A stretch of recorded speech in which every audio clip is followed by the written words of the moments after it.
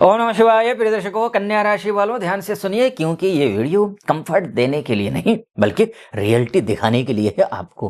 क्योंकि मकर संक्रांति कोई पर्व नहीं है जो कि 14 तारीख को जो कैलेंडर में है, 15 तारीख को सूर्य मकर राशि में प्रवेश करेंगे। जैसे ही मकर राशि में सूर्य प्रवेश करेंगे, ये कॉस्मिक ऑडिट डेट है आपके लिए।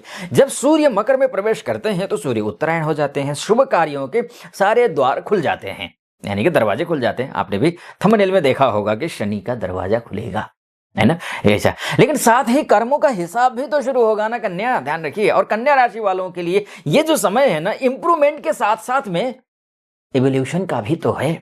कन्या राशि का मूल स्वभाव क्या होता है, कोर नेचर आपका क्या है, आप समझ लीजिए। आप अपने आप से रिलेट करिएगा। यहाँ पर आपकी राशि का स्वामी कौन है? वो बुध है। बुध जो है वो नेचर वाइज एनालिसिस करने वाले होते हैं, लॉजिक समझने वाले होते हैं, सर्विस करने वाले होते हैं, माइंड को तेज प्रखर तीव्र बुद्धि यानी कुशाग्र बुद्धि को रखने वाले होते हैं। इनका स्ट्रेंथ क्या है? आपका स्ट्रेंथ डिटेल में जाना, प्लानिंग करना, इंटेलिजेंस होना, ये आपकी वीकनेस भी है। कुछ ओवर थिंकिंग बहुत ज्यादा है, आप ओवर थिंकर हैं आप, है ना। Self criticism, fear of imperfection, है ना, अधूरापन से डरते हैं आप। कन्या राशि, कन्या चाहता है, यानी कि आप चाहते हैं परफेक्शन, कंट्रोल,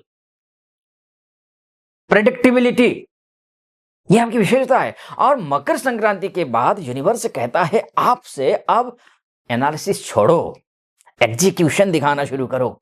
एनालिसिस तो आपका स्वभाव में है, वो करते रहेंगे, करिए। ठीक है। अब करियर की बात करें, जॉब की बात करें, तो करियर और जॉब में ये है कि जॉब स्टेबिलिटी के संकेत मिल रहे हैं इस मकर संक्रांति के बाद से।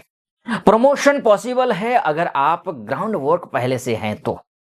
ध्यान रखना, गवर्नमेंट सेक्टर हो, अकाउंट हो, एनालिटिक्स हो, आईटी हो, मेडिकल सेक्टर हो, मेडिकल फील्ड इत्यादि, इसमें हो तो आपको लाभ दिख रहा है। कुछ हाँ अन्य क्षेत्रों में भी है तो लाभ है, लेकिन इन क्षेत्रों में विशेष लाभ है। हाँ, नेगेटिव इंपैक्ट भी है कुछ, जैसे कि एक्स्ट्रा वर्कलोड आपके ऊपर आ सकता है।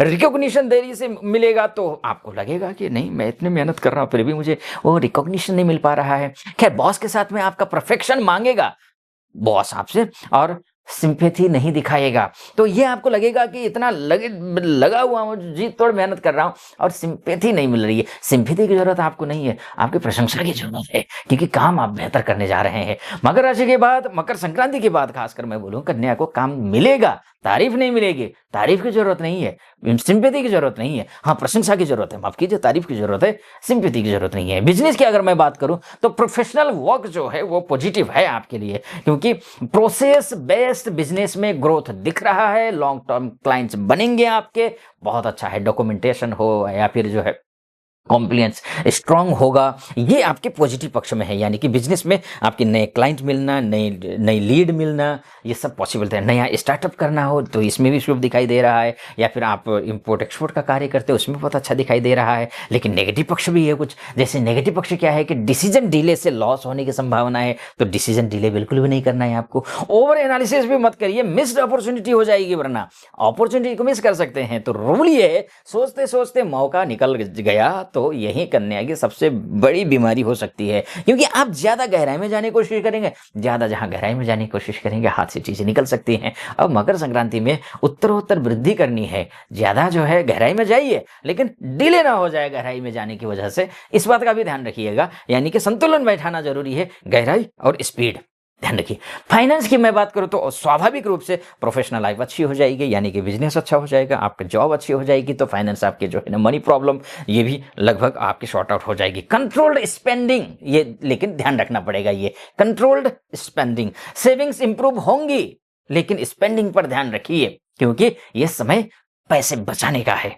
क्योंकि पैसा कमाने वाला इंसान कभी भी अमीर नहीं होता है, हमेशा पैसा बचाने वाला इंसान अमीर होता है। अगर अमीर बनना चाहते हैं तो पैसा बचाने की क्लास में इंप्रूवमेंट कीजिए, है ना। पास मेहनत का धीरे धीरे रिटर्न मिलेगा आपको, लेकिन नेगेटिव पक्ष क्या है कि सडन बिग प्रॉफिट नहीं, है ना, रिस्क लेने से डर, ये वार्निंग क्या है आपको, मकर संक्रांति के बाद कन्या को अमीर बनने का नहीं मजबूत बनने का मौका मिलेगा। जहां आप मजबूत बने, अमीर बनने से कोई रोकने वाला भी तो नहीं है ना। रिलेशनशिप की मैं बात करूं, मैरिज की बात करूं, पॉजिटिव पक्ष ये है कि सीरियस और प्रैक्टिकल बॉन्डिंग बहुत अच्छी है। मैरिज टॉक्स मैच्योर होंगी आपकी। और लेकिन हाँ, शादी विवाह के लिए बातचीत कहीं चल रही है तो आपके लिए स्वाभाविक है कि आपके पॉजिटिव आपके पक्ष में जाने वाला है। रिलेशनशिप में जुड़े हुए हैं तो यहाँ से उत्तरोत्तर रिलेशनशिप में मधुरता आने वाली है। लेकिन नेगेटिव पक्ष भी तो है, इमोशनल ड्राइनेस नहीं रखी अपने रिश्तों में। ये इमोशनल ड्राइनेस खतरनाक हो सकता है। पार्टनर को जज करना ये भी तो है ना, तुम परफेक्ट क्यों नहीं हो, ये जो एटीट्यूड है ये ठीक नहीं है।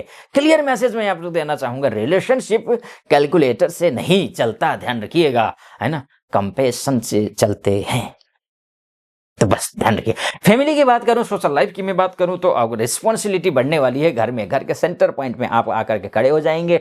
आपके इर्द गिर्द पूरा आपका परिवार, आपका पड़ोस अड़ोस, ये सब घूमेंगे फैमिली पर। फैमिली आप पर डिपेंड करेगी, ध्यान रखिएगा ये आपको। और जिम्मेदारी जहां आ जाती है ना, वहां पर आपका कर्तव्य का वहन करने के लिए आपका प्रयासरत होना होगा। आप होंगे, मुझे पूरा भरोसा है, आपकी कुंडली आपके पक्ष में है। हाँ, कुछ नेगेटिव पक्ष है वो भी सुन लीजिए। मेंटल बर्डन बढ़ सकता है, लेकिन मेडिटेशन कीजिए ना, आप गणेश जी की पूजा करिए, विष्णु सहस्त्र नाम का पाठ कीजिए, शुभ होगा आपके लिए। कोई मेंटल बर्डन की बात ही नहीं है। सब कुछ मुझे ही करना पड़ता है, ये फीलिंग आ सकती है, करिए, आप जिम्मेदार व्यक्ति हैं, आप योग्य हैं, तभी आपके ऊपर जिम्मेदारी आई भी तो है।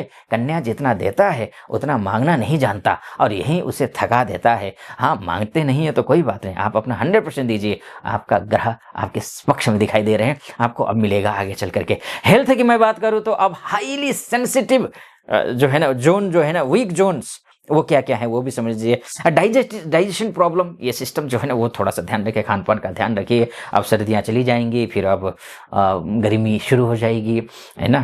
इंटेस्टाइन का ध्यान रखिए, आप एंजाइटी का ध्यान रखिए, स्लीप डिसऑर्डर का ध्यान रखिए।